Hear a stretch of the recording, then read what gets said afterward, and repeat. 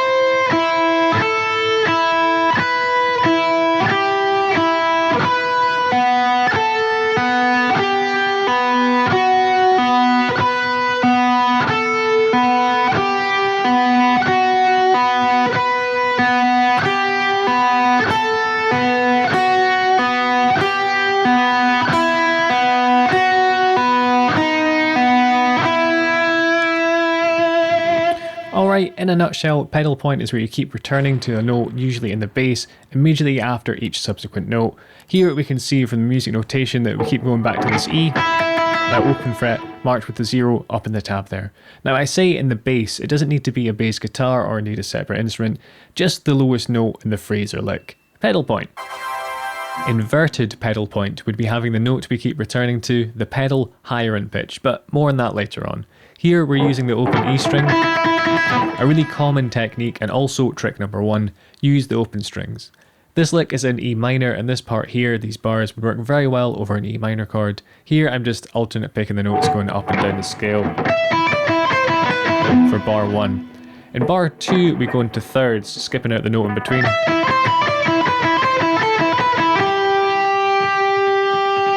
You'll notice that pedal point lends itself to neoclassical metal or hard rock, and it's pretty easy to get some Yngwie Malmsteen style sounds with it. For more on that, check out my Yngwie Pro Tips video with the card up there. It's a very similar idea here, but we're using the open B string. We're also using a legato here, which is the next trick, specifically pull-offs. So I'm just playing the note and then pulling off to the open B. Again, we're going down the scale for the first half and then doing the thirds again. Skipping the notes. I think in the playthroughs there I probably resolved it to this 5th fret of E just to round things up. And while this part of the lick still works over an E minor chord, you might prefer the sound of a B minor, or indeed a B major, perhaps even a B7, because of that 4th fret on the B string being the major of B. For more on the reason behind that, check out my Phrygian dominant tutorial with the I up there.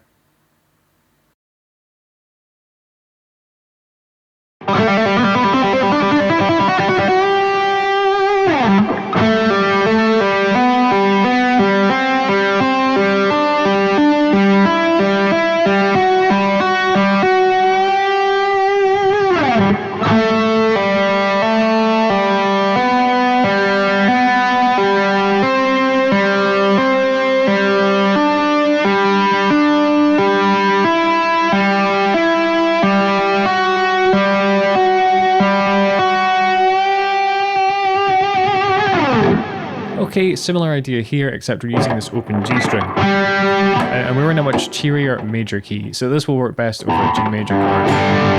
Another trick here, I'm just using legato. I'm picking this first note, and then just hammering on and pulling off thereafter.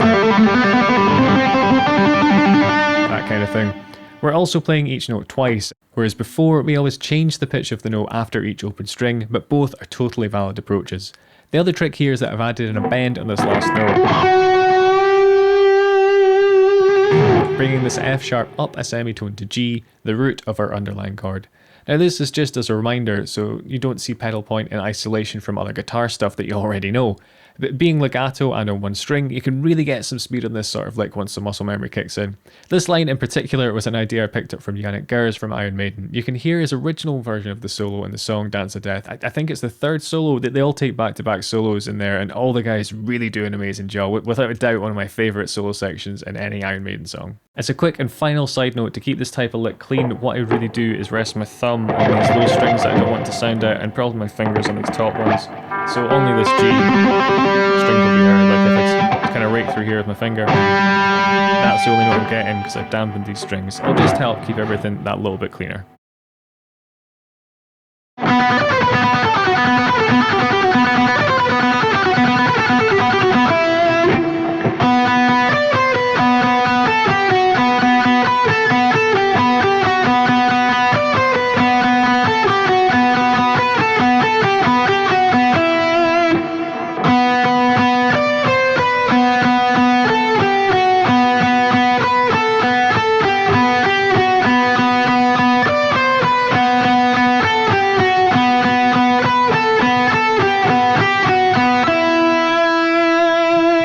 Still using the open strings as the pedal point, but here we're playing it more than once, which is the main trick here. Very neoclassical, very Yngwie Malmsteen. So we're starting on the pedal note this time, whereas the previous licks have all started on another note, so the B. Again, as you might have guessed it here, what we're doing is using the open B string, so this would work best over some sort of B chord, probably a B minor since we do actually play the flat third, that 15th fret on the B string. Aside from being classical sounding, this also leans into the Phrygian mode with its flat third and flat second. You might have also noticed that this lick is in triplets comprised of groups of 3, and even when we stop playing the open string 3 times, when we're doing these last 9 notes, that kind of thing going on, we're still playing these groups of 3. We're going 12, 10 open, and 10, 8, open, 8, 7 open. Again, all being on the one string. This is the sort of lick that once it's locked into your hands and it's synchronized up, there's a definite fair amount of speed to be had in this one for all of us shredders.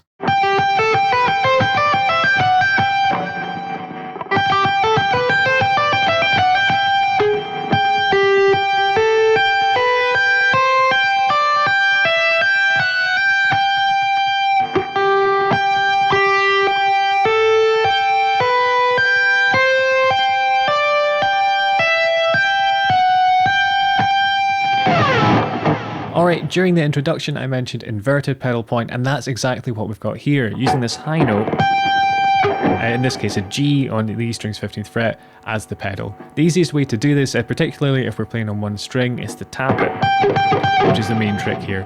In bar 1, I'm tapping and then pulling off, tapping again, and while this tap is being held, I'm moving my fretting hand to the next note of the scale. I prefer to take my fingers completely off the fretboard, almost as if I'm hammering on these notes. I repeat this all the way up until we hit the 14th fret, and then it's almost the same with a slight variation. So we're still tapping the 15th, pulling off to the 14th, but then hammering on the 15th, and then finally tapping it. So just to clear up that final bit one more time, tap, pulling off, hammering on, and then tapping on that 15th fret one more time. Bar 2 is a variation on this lick, making it a bit less neoclassical and perhaps more folky, maybe a bit like something Steve Vai might do. For more on his playing quirks, check out the lesson with the eye in the top right hand corner there. But yeah, it goes like this.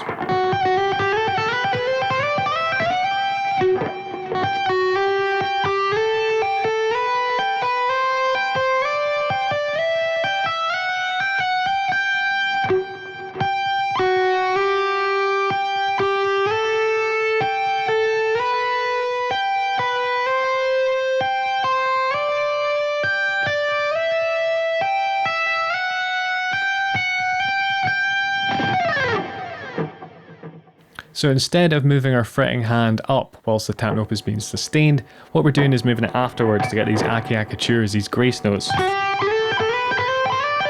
as we slide up. This lick, as you can probably hear, is major and will work best over a G major chord. You can play about with how much you want these notes to sound out, so you could really let them ring out, or you can do them really quick.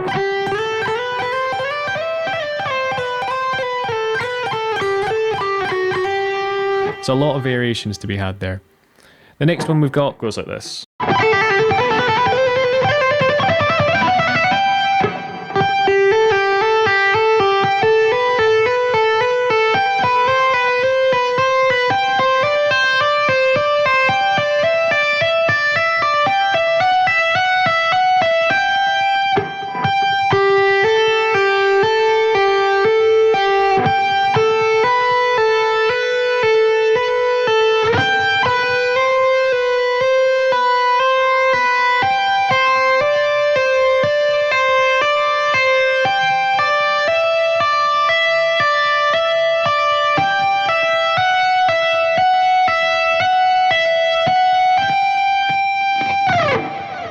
So very similar again, this is another lick in G major where we're tapping this 15th fret for the pedal, but here what we're doing is using trills for more kind of a regal, jovial or a triumphant upbeat sound.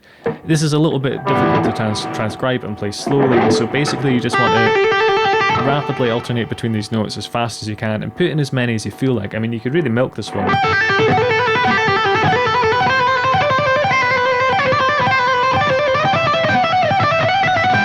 You know, you can go all over the place with it. This is just kind of a starting block. But yeah, the trilling is the main trick here, as you probably gathered. And just to clear that up, we're going between the 3rd and the 5th frets, then the 5th and the 7th, the 7th and the 8th, 8th and 10th, 10th and 12th, 12th and 14th. And then I was just kind of tapping this 15th fret to resolve the lick.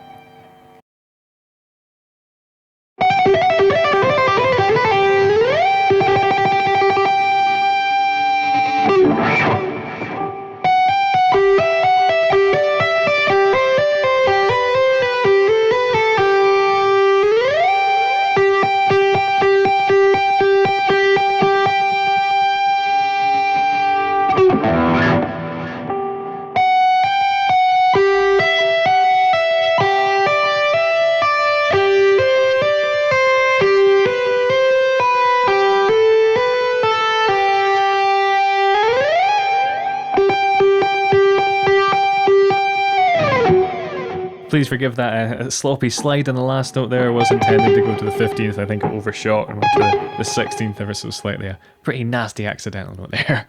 But here what we're doing is reverting back to the standard pedal point, but we're using our picking hands to fret this G on the E string's 3rd fret there. So this is a very small trill that we're doing going down here.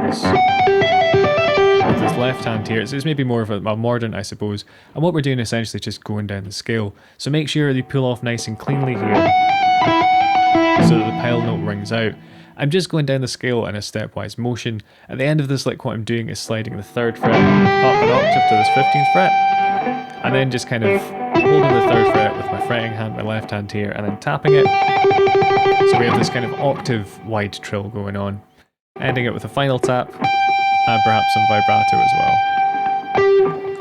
So like the other major licks, this one will work best over a G chord. The trick here is that you can use your right hand as a sort of human capo of sorts. So if you're playing in a key where you can't use the open strings and you want to utilize this technique, this pedal point technique, just hold the fret down and use some left hand legato. There's more on that with the I and the lesson card up there. So to keep things clean, this is kind of a real important bit of this lick. What I'm doing is I'm fretting this 3rd fret here with my 2nd finger. You might have noticed that. So I'm holding this down with this, and what I'm doing is resting my 1st finger over the strings lightly. You could write it with your 1st finger, but it means these strings are ringing out. Because I've got this one here, my 1st finger is free to rest across these other strings. And unless I really hit those strings, they're not going to ring out by mistake. I'm just coming down the lick, using a hammer on, pull off. Then here what you might have noticed I'm doing is bringing this hand round behind and taking over this fret.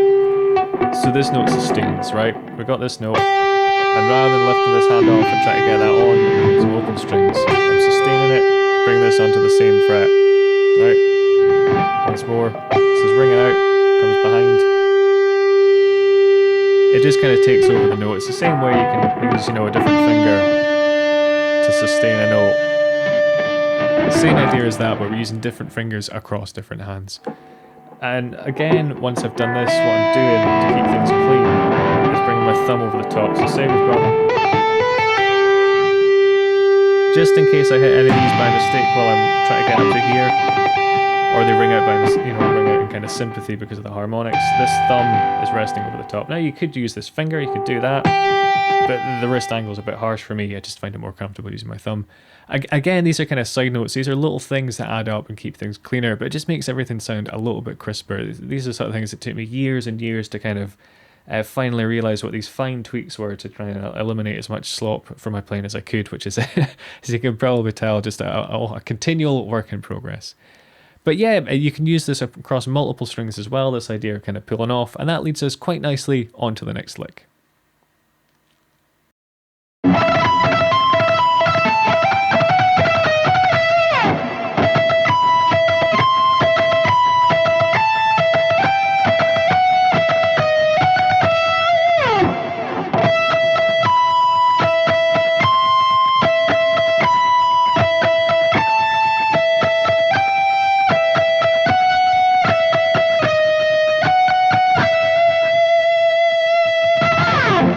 Okay, so we've seen this before, playing multiple notes in the same string. We've also seen triplets before. However, we have finally ventured into crossing strings. It will get harder and more technically demanding from here on, just as a heads up.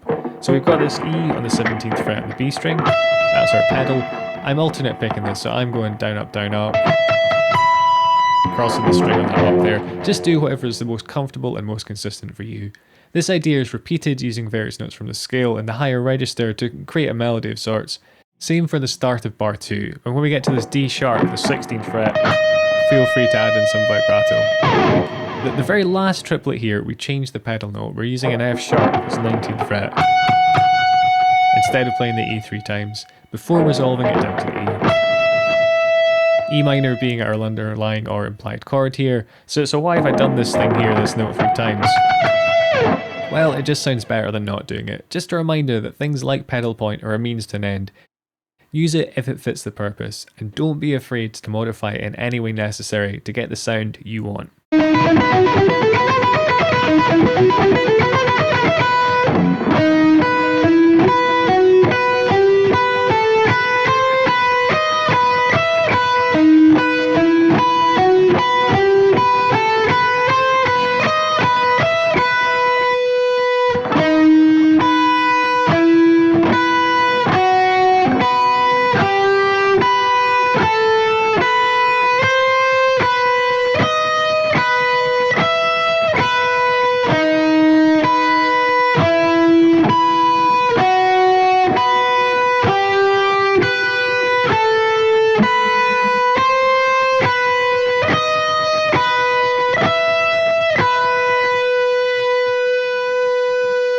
Okay, on to the last few licks, and to me are by far the hardest to play. So the main tricks here are crossing strings, string skipping or hopping, switching between a pedal and an inverted pedal in the same lick, and possibly using some hybrid picking like I did there. quite a lot to get through in 4 bars. So with the hybrid picking, I mean, you might find it easier to pick every note. I prefer a hybrid thing. So what I'm doing here is probably using my middle finger to pick the E string for bar 1. And just the first kind of 2 notes of bar 2.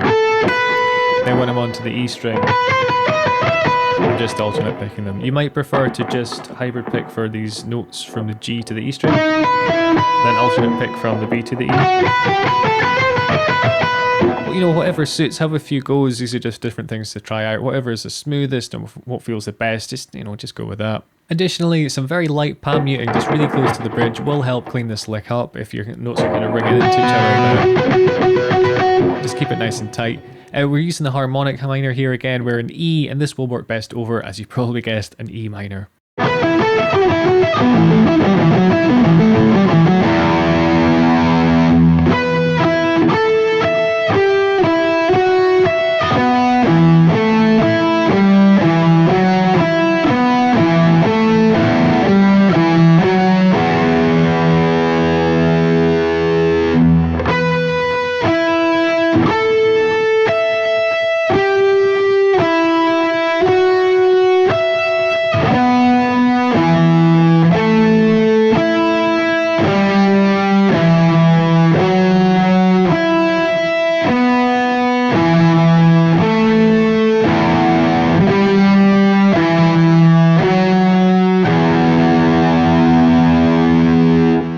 Bit of a head melter and a finger twister for you here.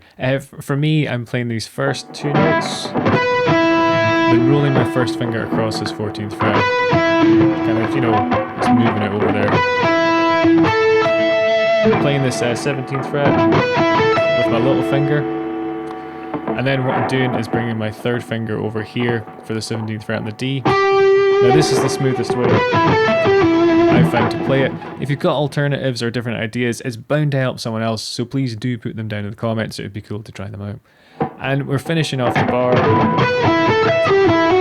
Again, jumping my little finger across onto this B string. I'm also finding starting this lick on a downstroke is pretty essential for me to be able to get these,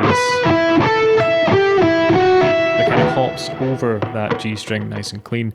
You might find an up easier, you might want to use economy picking, a hybrid picking, a combination of these. I'm just finding alternate picking, starting on a down, for me is being the cleanest thing. In bar 2 I'm starting off the same, so I'm playing these notes, rolling my first finger, but then what I'm doing is using my 3rd finger for this higher note, and my little finger for this lower one. Finishing off like I did bar 1 with my 3rd finger on the lower note, little finger on the higher one. So this is another lick which will work in E minor, and here I've really run with the idea of switching up the pedal and the inverted pedal, and in fact we're alternating between them. So to explain what I mean by that, let's look at it. With bar 1 we've got the 16th fret, we're down to this E on the 14th fret, we go to a different note which is here, then I've inverted the pedal, so we hit this E up on the B's 17th fret. So these are both E's, but I'm moving the pedal. First it's lower, we go to a different note, when we return to the pedal it's higher. That's the same idea for the rest of that. The next bar here uses the same idea but down an octave. Again, every time we return to the E, it's either in the pedal, then it's inverted, then it's back in the bass, then it's inverted again. And then there is a slight change for bar 3 here, so if you want to pause the video and analyse it yourself, I'll give you a few seconds. And if you just want to get on with it, it's the same except every E note has been lowered by 1 octave. So it's the same as bar 2 except every E is lower. So rather than playing the E here, we'll play it here. Anytime it's played here, it'll be played here. So quite a lot of cool tricks for you there.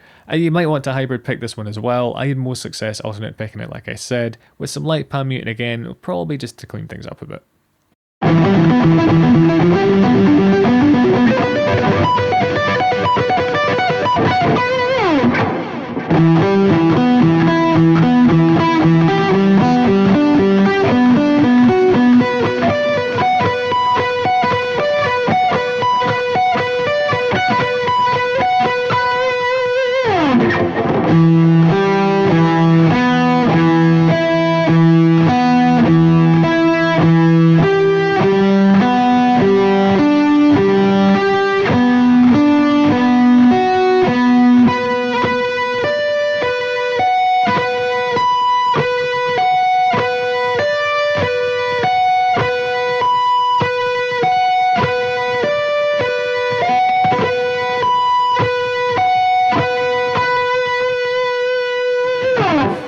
Alright, a bit of a sprawling prog rock epic of a lick here. It reminds me of more kind of ambitious music, maybe something Matt Bellamy would do on the keyboards.